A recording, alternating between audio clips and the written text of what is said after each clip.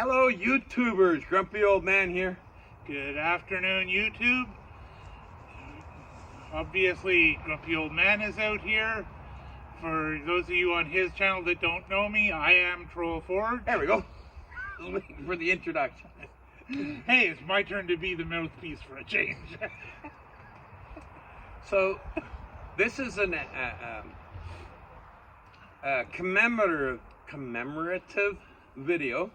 The first video I did for YouTube was with Troll when we assembled my beer fridge, and Kira was there, and she lost the arguments with me, and that inspired me actually to do more videos, which led to my grumpy old man doing Smitty stories with my father. Troll I met, we were doing the math last night, not exactly, 82, 83. May 82. Yeah, so there we go. Long weekend in May, 1982. Soon after, he was out to my place in Cumberland and met my old man, Smitty. Smitty passed away minutes before the clock ticked over to April 2nd. So the doctors waited until 2 minutes after on April 2nd to confirm that he was in fact dead, because April Fool's Day. But those of you who've been following know that I got a 2-hour story out of him. Did they think he was faking it? He'd been doing it for a week. My sister thought he was comatose. Turned out he was just sleeping. 2 o'clock in the afternoon, he's finally coherent enough to have a conversation. So I went the next day, and it was the same thing. He's awake for 30 seconds, he's fallen asleep. So I said to the head nurse, "What are you doing? Keeping him up till 2 o'clock in the morning partying?" Pretty much. He was in the last week of his life. I went repeatedly, couldn't even get a video. More than 30 seconds every 10 minutes he would be awake. And then that afternoon he sat right up and said, "What are we going to do?" So I set the camera up, and as you know, I got 2 hours out of him. The most he talked for the last week of his life. So that Most he talked at any one time in the 40 years I've known him. Well, there is that too. You get him going about horses, and he would talk. So we thank those who followed and subscribed and listened, and hopefully it inspired you to do the same thing. Get together with your elders, your family, record the stories from what is the history of your family. Just like I did, do your own twist. Enjoy it. Have fun with it. We shared whiskeys, scotches. He was a rye man.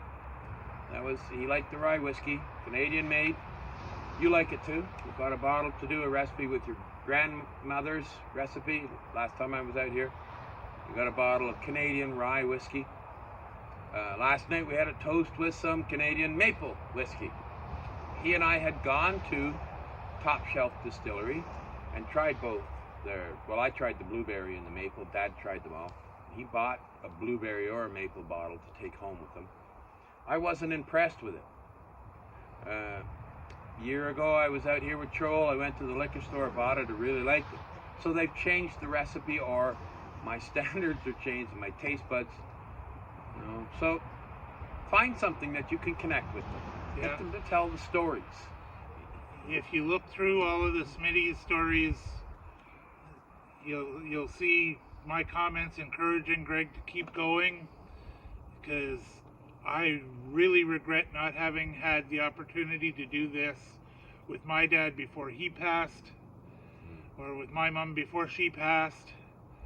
So, my mother wouldn't appear on camera while she was in bed, for the love of God. So yeah, my mom was the same.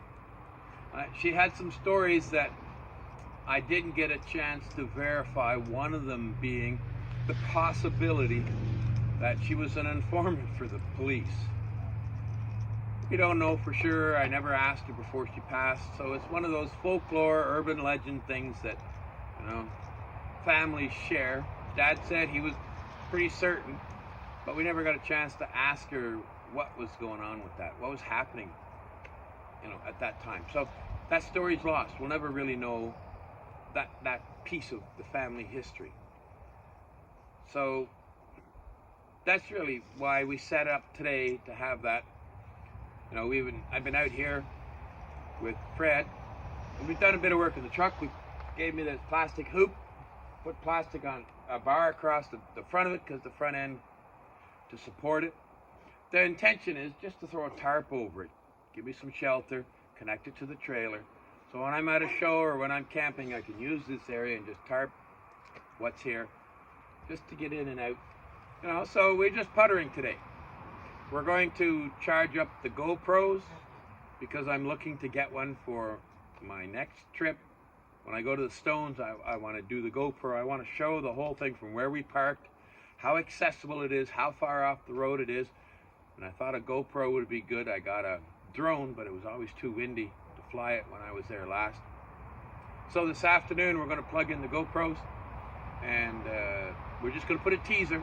Hopefully the next video will be recorded with one so I can see the whole process of uploading it onto a computer and then putting it onto YouTube, because I just use my phone and I'd like to step up from there.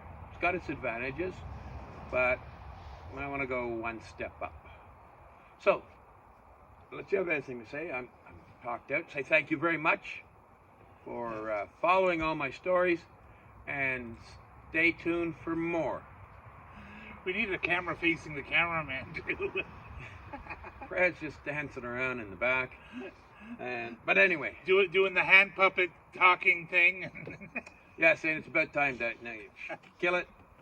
You know. So thank you all for sharing that piece of my life with me, and we'll see what comes from there. Thanks. That's it for now, and thanks for watching.